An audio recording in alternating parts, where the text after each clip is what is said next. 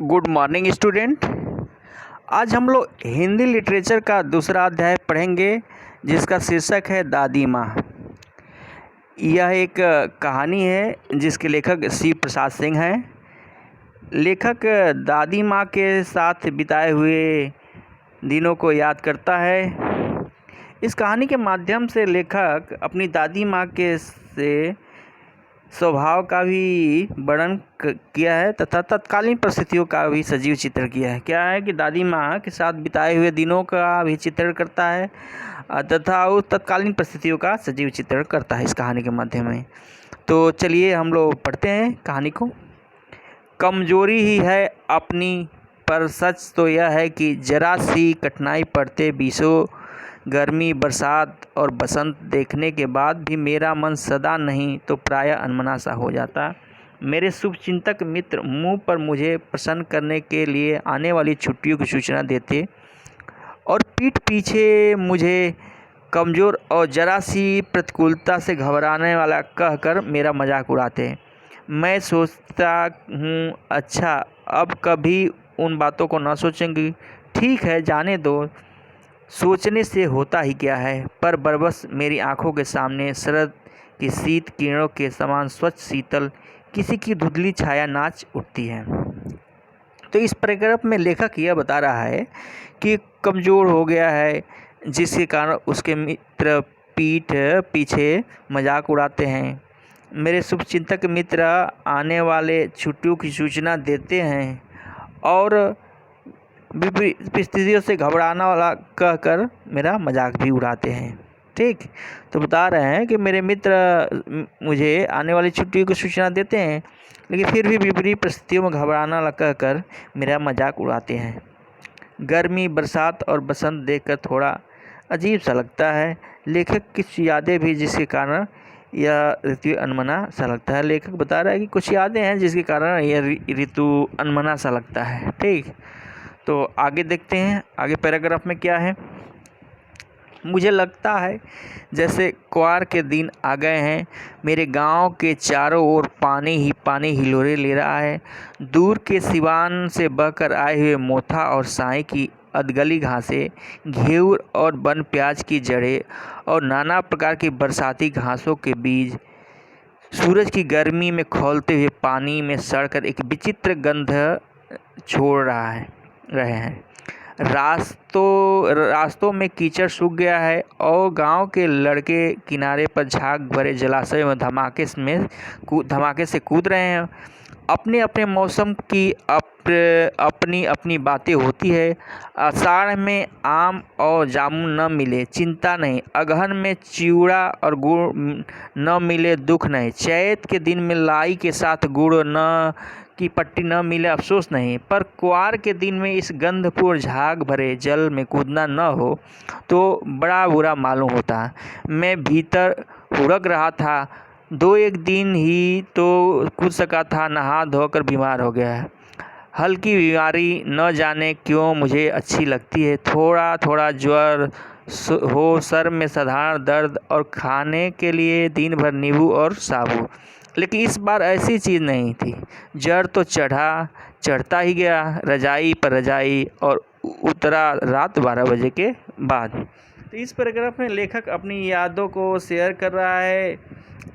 जब क्वार का महीना आता था तो चारों तरफ पानी लग जाता था, सभी तालाब गड्ढे भर जाते थे। क्वार हिंदी का महीना है। भादों के बाद क्वार आता है जिसके में धूप भी होती है, जिसके कारण तालाबों और गड्ढों में भरे हुए पानी से बदबू आने लगता है। ठीक, उसका कारण यह है कि विभिन्न प्रकार की घासें जैसे मोथा, साई, घेवर, वन प्याजा आदि की जड़ें सड़ने लगती हैं, जिसके कारण उसमें झाग निकलता है और बदबू आने लगती है। और लड़के ऐसे ही झाग भरे जलाशय में नहाते हैं। लेखक भी इस झाग भरे जलाशय में नहाना पसंद है, लेकिन लेखक कहता है कि अभी 1-2 दिन ही नहाया था कि बीमार पड़ गया था। तो बता रहा है उस मौसम में लेखक कि अभी 1-2 दिन ही नहाया था कि बीमार पड़ गया है। आगे देखते हैं आगे पैराग्राफ में क्या है। दिन में मैं चादर लपेटे सोया था। दादी माँ आई, शायद नहा कर आई थी उसी झाग वाले जल में। पतले दुबले सने शरीर पर सफ़ेद किनारेहीन धोती, ठीक, किनारेहीन धोती, सन से सफ़ेद बालों के सिरों पर सदा टपके हुए जल की शीतलता। आते ही उन्होंने सर पेट छुए, आंचल की गांठ खोल किसी अदृश्य शक्तिधारी के चबूतरे की मिट्टी मुंह में डाली, माथे पर लगाए, दिन रात चरपाई के पास बैठी रहती, कभी पंखा झलती, कभी जलते हुए हाथ पैर कपड़े से सहलाती, सर पर दालचीनी का लेप करती और 20 बार छू छू कर जल का अनुमान करती। हांडी में पानी आया कि नहीं, उसमें पीपल की छाल से छौंका कि नहीं, खिचड़ी में मूंग की दाल एकदम मिल तो गई है, कोई बीमार के घर में सीधे बाहर से आकर तो नहीं चला गया, ठीक, कोई बीमार के घर में सीधे बाहर से आकर तो नहीं चला गया है। आज लाखों प्रश्न पूछ घर वालों को दादी परेशान करती थी, ठीक। क्या है इस पैराग्राफ में लेखक बताता है कि वह झाग भरे जलाशय में नहाने से बीमार पड़ गया है, जिसके कारण दिन में चादर लपेटे सोया था। दादी माँ आई, शायद दादी माँ भी उसी झाग भरे जलाशय में नहाकर आई थी। लेखक बता रहा है कि दादी माँ भी शायद उसी झाग भरे जलाशय में नहाकर आई थी। आते ही दादी माँ ने सिर पैर पेट को छुआ। दादी माँ ऐसा करके बुखार देख रही थी। दादी माँ किसी बाबा के यहाँ से, किसी शक्तिपीठ के यहाँ से मिट्टी लेकर आई थी, जिसमें मुंह में भी डाला और सर पे भी मिट्टी को लगाया, ठीक, माथे पे भी लगाया और मुंह में। दादी माँ विभिन्न प्रकार औषधियों का भी प्रयोग करती थी बुखार उतारने के लिए। दादी माँ विभिन्न प्रकार के, तो इस पैराग्राफ में यही बताया कि दादी माँ विभिन्न प्रकार की बीमारियों का इलाज भी औषधियों के माध्यम से करती थी। तो आगे देखते हैं कि आगे वाले पैराग्राफ में क्या है, ठीक।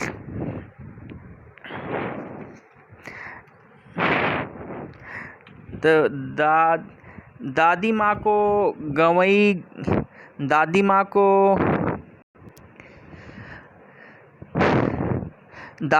गंवई गांव की 50 किस्म की दवाओं के नाम याद थे। गांव में कोई बीमार होता तो उसके पास पहुंचती और वहाँ भी वही काम करती। कौन सा? हाथ छूना, माथा छूना, पेट छूना, फिर भूत से लेकर मलेरिया, सरमास, निमोनिया तक का अनुमान विश्वास के साथ सुनाती। महामारी और विसूचिका के दिनों में रोज़ सवेरे उठकर स्नान के बाद लौंग और गुड़ मिश्रित जलधार, गुग्गल और धूप, सफाई कोई उनसे सीखे। दवा में देरी होती, मिश्री या शहद खत्म हो जाता, चादर या गिलाफ नहीं बदले जाते तो वो पागल हो जाती। बुखार तो मुझे अब भी आता है, नौकर पानी दे जाता है, मेष महाराज अपने मन से पका कर खिचड़ी या साबू, डॉक्टर साहब आकर नाड़ी देख जाते हैं और कुनैन मिक्सचर की शीशी की तिताई के डर से बुखार भी भाग जाता है।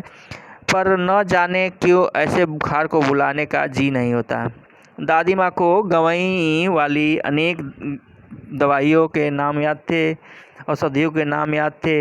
गांव के लोग भी दादी माँ को बीमार पड़ने पर अपने यहाँ बुलाते थे, ठीक। उनके यहाँ पहुँचने पर भी दादी माँ उसी प्रकार से इलाज करती थी, हाथ छूना, पैर छूना, पेट छूना, ठीक। दादी माँ को निमोनिया से लेकर मलेरिया, सरमास आदि के इलाज जड़ी बूटी के माध्यम से करती थी। तो दादी माँ को पुरानी औषधियों के नाम याद थे। दादी माँ गांव में भी कोई बीमार पड़ता था तो इलाज करती थी। तो लेखक बता रहा है कि दादी माँ उसका भी इलाज इसी प्रकार से की हैं। तो आज स्टूडेंट यहीं तक, शेष कहानी अगले वीडियो में पढ़ेंगे। Thank you.